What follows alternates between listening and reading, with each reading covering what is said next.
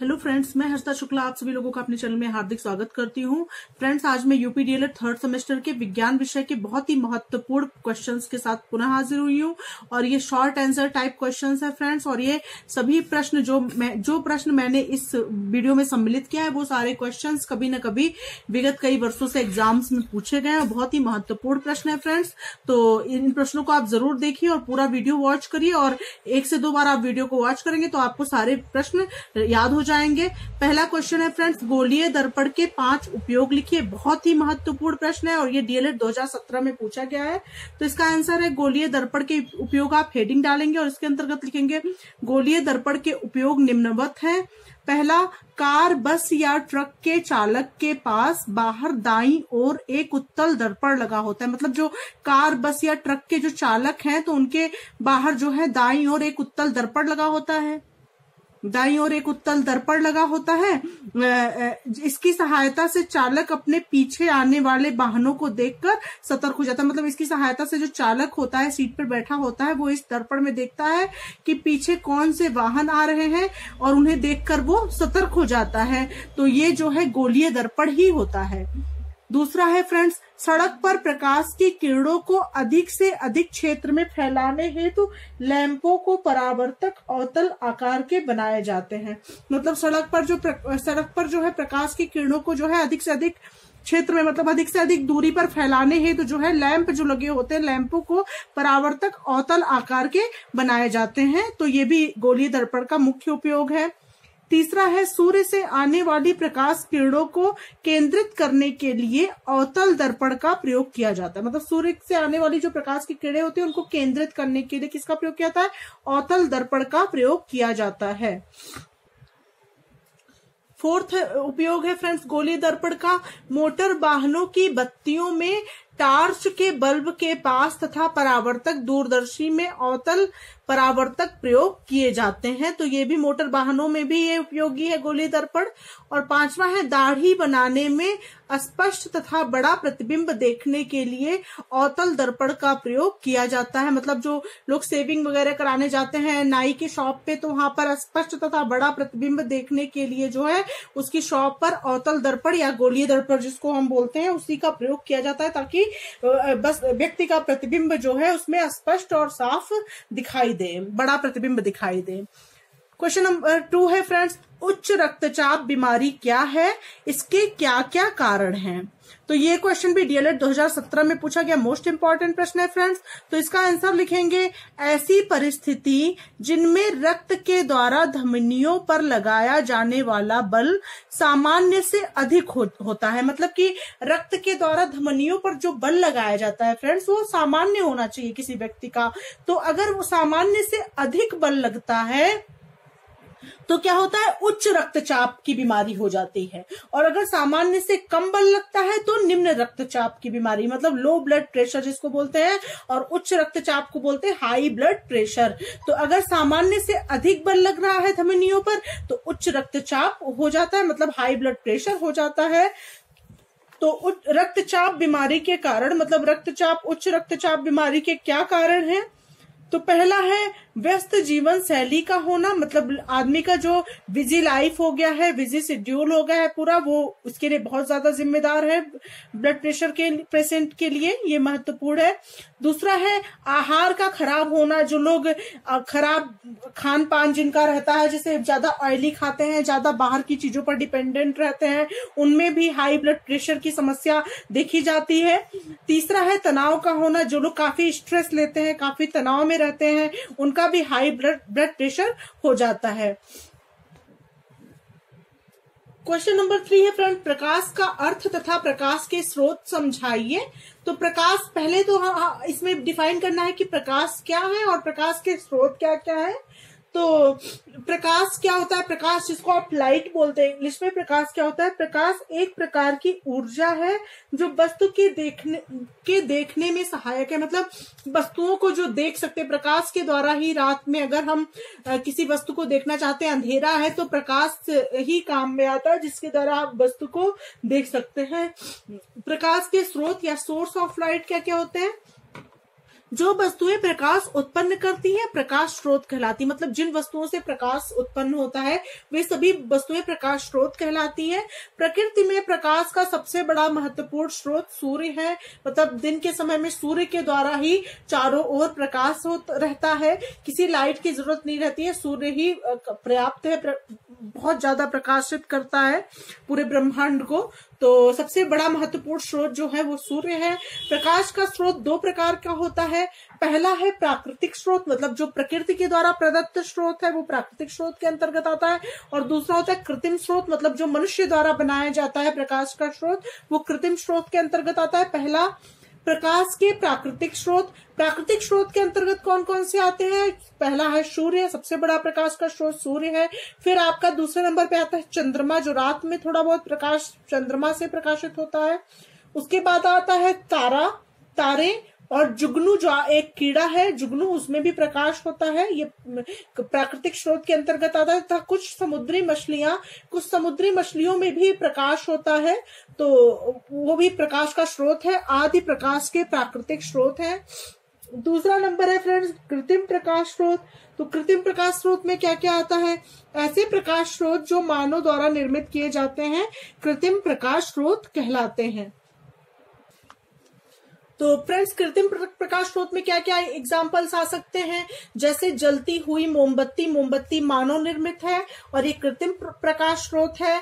दूसरा है आपका मिट्टी के तेल का लैंप, और तीसरा है आपका दीपक जो दीपावली में आप जलाते हैं दीपक, वो भी है। चौथा है आपका टॉर्च होता है, सौर लालटेन, विद्युत बल्ब, ट्यूबलाइट, CFL तथा पेट्रोमैक्स। तो ये सभी कृत्रिम प्रकाश के स्रोत के अंतर्गत आते हैं जो मनुष्य द्वारा निर्मित हैं।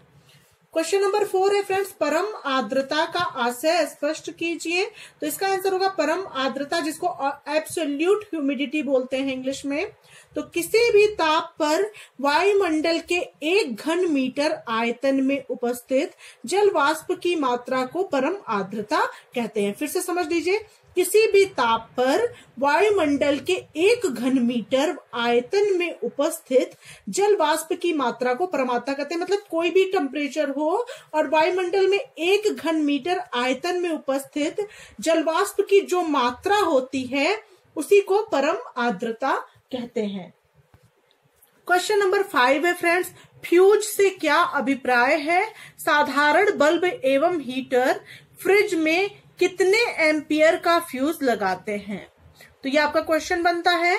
इसका आंसर होगा परिपथ जिसको सर्किट बोलते हैं का एक संरक्षात्मक मतलब प्रोटेक्टिव अवयव है, जो एक निश्चित मात्रा से अधिक धारा बहने पर परिपथ में विद्युत का प्रवाह रोक देता है। मतलब अगर निश्चित मात्रा से अधिक धारा का प्रवाह हो रहा है तो परिपथ में विद्युत के प्रवाह को वो रोक देता है फ्यूज।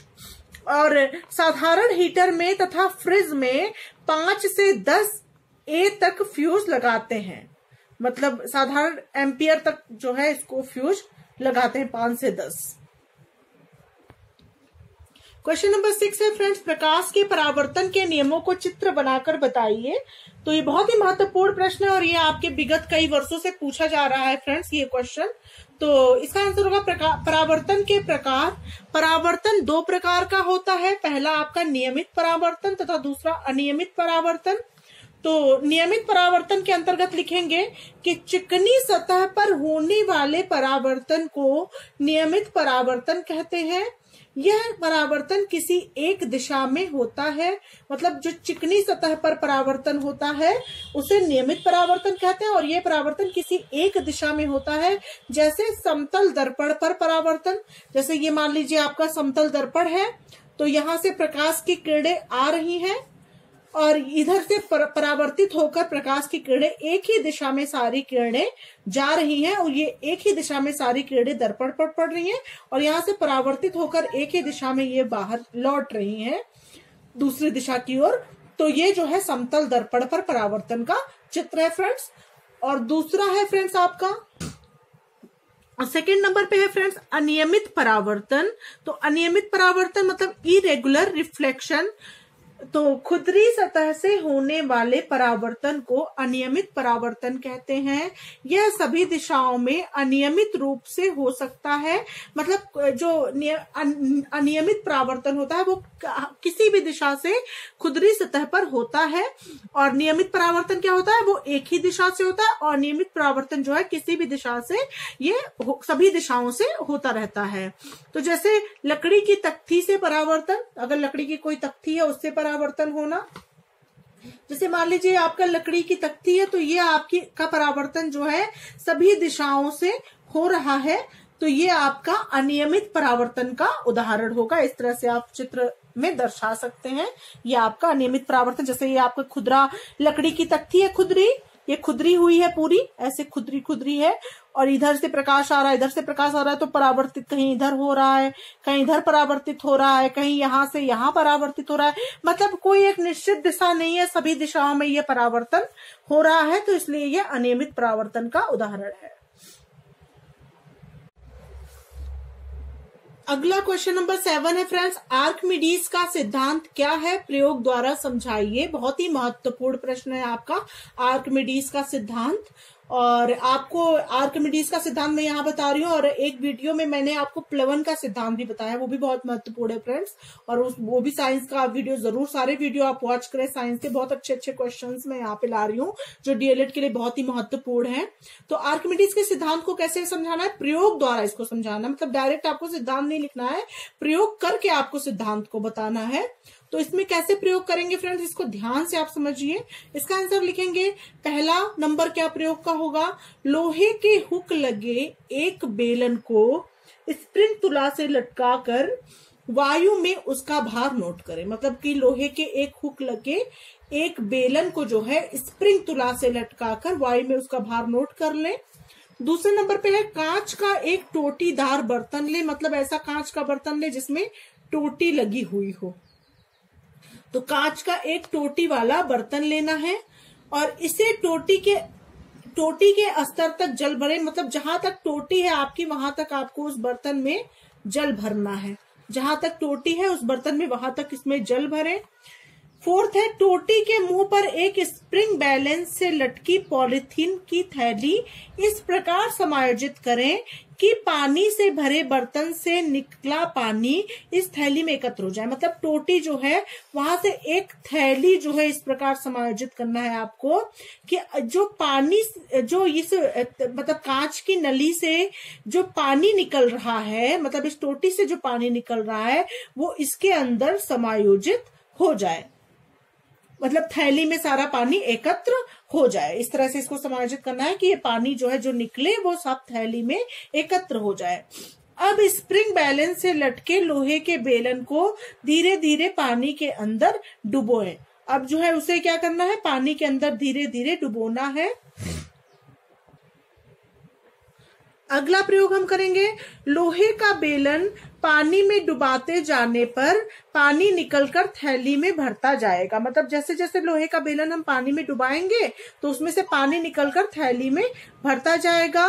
तो बेलन को धीरे धीरे नीचे करते हुए पानी में पूर्णतः डुबा देते हैं। मतलब बेलन को जो है धीरे धीरे नीचे करेंगे और पानी में पूर्णतः उसको डुबा देंगे। तो इसका क्या परिणाम होगा, जब कोई वस्तु किसी द्रव में पूर्णतया या आंशिक रूप से डुबोई जाती है तो उसके भार में कमी आती है। तो अगर कोई वस्तु जो है किसी द्रव में पूर्णतया मतलब पूरी तरह से या आंशिक रूप से, मतलब थोड़ी आधा मतलब डुबाई जाए आधा ना डुबाई जाए, डुबाई जाती है तो उसके भार में क्या आती है, वस्तु के भार में कमी आती है। भार में यह कमी उस वस्तु द्वारा हटाए गए द्रव के भार के बराबर होती है। मतलब जो कमी आती है वो उस वस्तु द्वारा हटाए गए द्रव के भार के बराबर होती है। सर्वप्रथम यूनान देश के वैज्ञानिक आर्किमिडीज ने इसे ज्ञात किया था।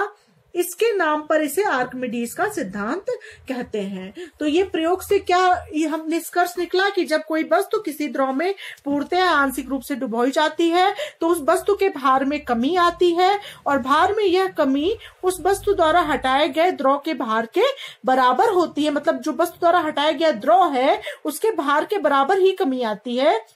और ये सिद्धांत का खोज किसने किया था? यहां से यहां तक ये सिद्धांत है आर्किमिडीज का, और ये सर्वप्रथम यूनान देश के वैज्ञानिक आर्किमिडीज ने इसे ज्ञात किया था। मतलब इस सिद्धांत को, ये सिद्धांत मेन सिद्धांत है फ्रेंड्स, इस पूरे निष्कर्ष, इस पूरे प्रयोग के द्वारा ये सिद्धांत निकला है। तो इसे जो है सबसे पहले यूनान देश के वैज्ञानिक आर्किमिडीज ने ज्ञात किया था। इन्हीं के नाम पर इसे आर्किमिडीज का सिद्धांत कहते हैं। बहुत ही महत्वपूर्ण प्रश्न है फ्रेंड्स, ये 7 क्वेश्चन बहुत ही महत्वपूर्ण है फ्रेंड्स। आप वीडियो को 1 से 2 बार वॉच करेंगे, आपको पूरा लर्न हो जाएगा फ्रेंड्स। अगर आप लोग अभी तक मेरे चैनल को सब्सक्राइब नहीं किए तो सब्सक्राइब कर दें, अपने सभी मित्रों को शेयर कर दें। चलिए मिलते हैं नेक्स्ट वीडियो के साथ, तब तक के लिए thank you so much friends, thanks for watching my video.